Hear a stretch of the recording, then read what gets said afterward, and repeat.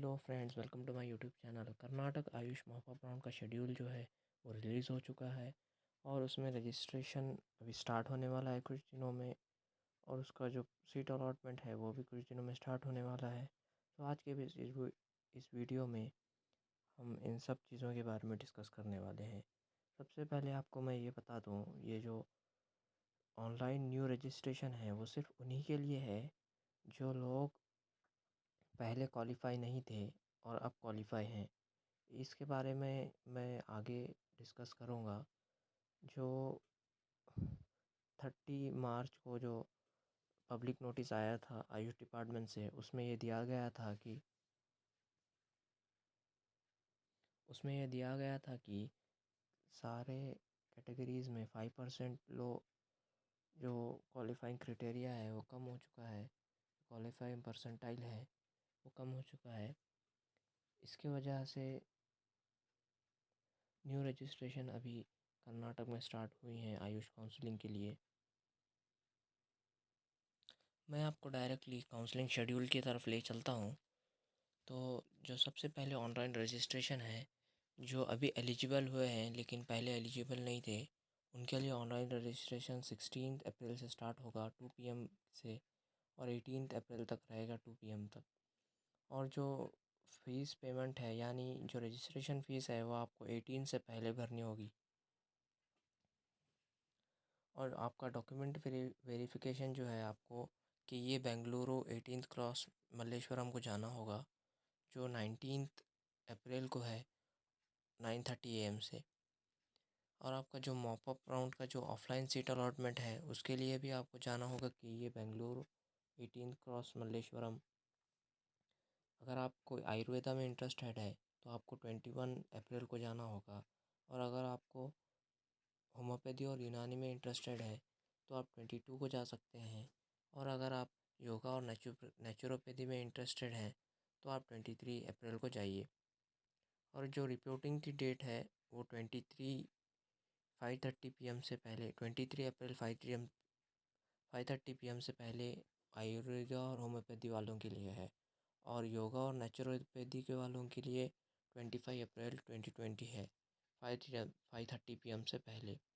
इसमें एक चीज़ मैं आपको ये बता दूं, ये इसमें जो एलिजिबल कैंडिडेट्स हैं,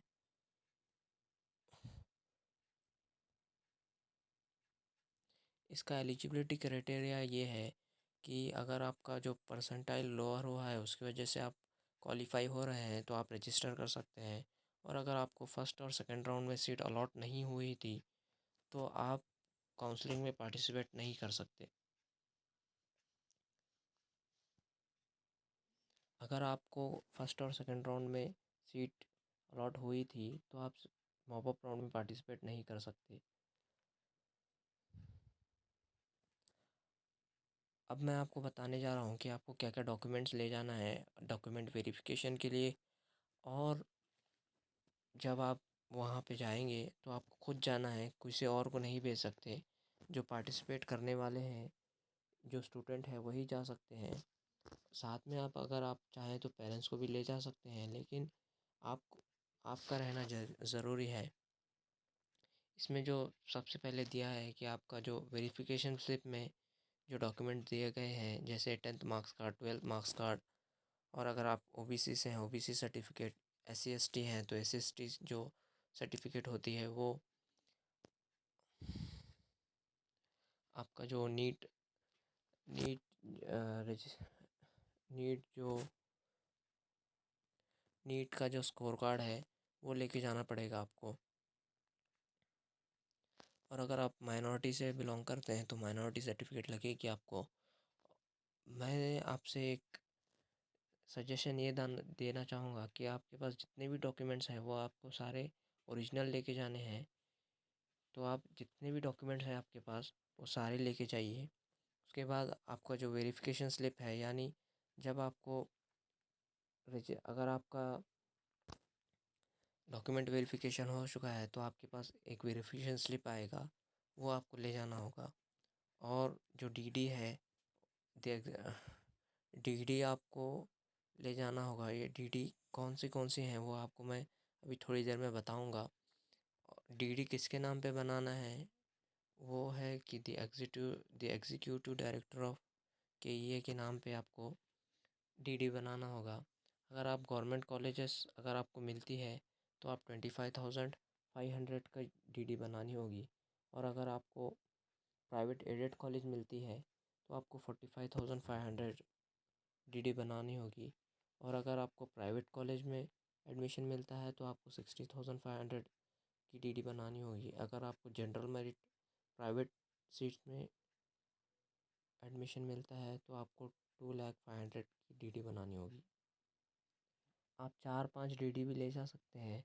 जैसे अगर आपके पास अगर आपको कोई भी सीट मिलेगी तो चलेगा, आपके पास अगर 2,05,000 रुपीज़ है तो एडमिशन कराने के लिए पैसे हैं तो आप डायरेक्टली 2,05,000 की भी डीडी बना के जा सकते हैं।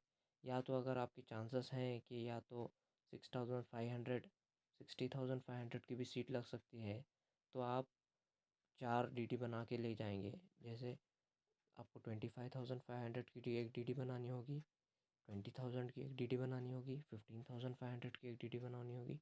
टोटल जो है वो 60,500 होगी। तो मैं आपको सजेशन यही दूंगा कि अगर आप चारों डीडी बना के लेके जाएंगे तो आपके लिए इजी होगी। आपके लिए जो सीट लगेगी आप उसके पैसे भर देंगे। अगर आपको गवर्नमेंट सीट लगती है तो आप 25,500 की डीडी दे सकते हैं। अगर आपको प्राइवेट एडेड लगेगी तो आप 2 डीडी दे दीजिए, 25,500 की एक और 20,000 की एक, क्योंकि वहाँ पे जाके आपको कोई दूसरा ऑनलाइन पेमेंट करने का ऑप्शन नहीं रहेगा और चेक भी वो नहीं लेंगे। इसीलिए आप यहाँ से पूरी तैयारी करके जाइए। अगर आपने इसमें और एक पॉइंट ये दिया है कि अगर आपने फ़ीस कैंसिल कर दी पैसे भरने के बाद तो आपकी जो जितनी भी फ़ीस आप देंगे वो पूरी फ़ॉरफिट हो जाएगी, यानी वो उनके नाम ही हो जाएगी, आपके वापस रिटर्न नहीं आएगा। क्योंकि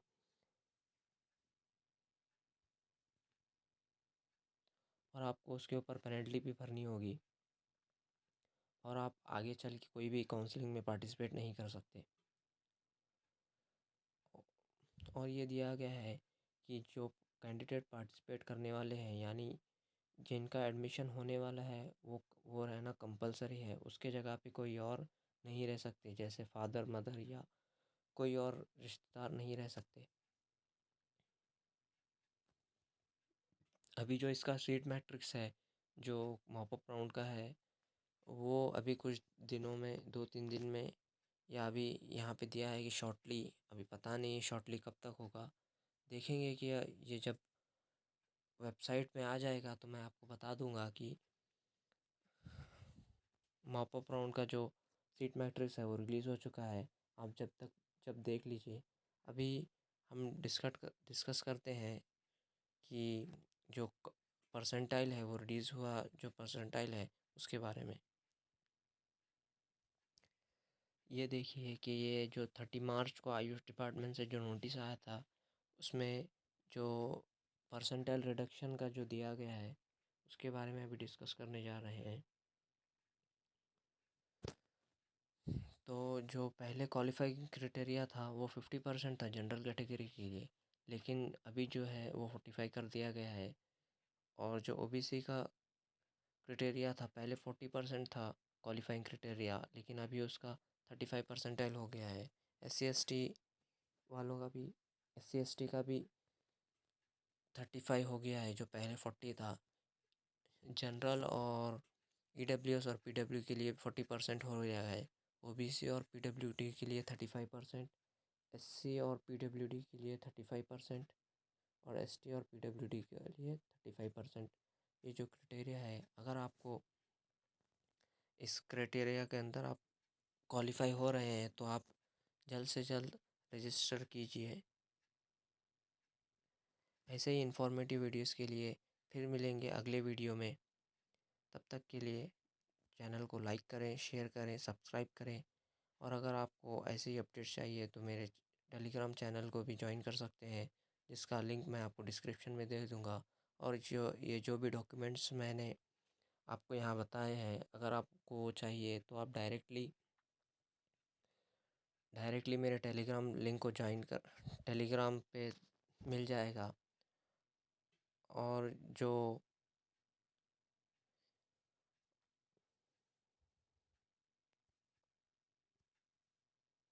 और के ये वेबसाइट का भी लिंक मैं दे दूँगा। और जिस दिन रजिस्ट्रेशन स्टार्ट होगा, जिस दिन कोई नई अपडेट आएगी, मैं आपको बताऊँगा। तब तक के लिए फिर मिलेंगे अगली वीडियो में। Bye bye.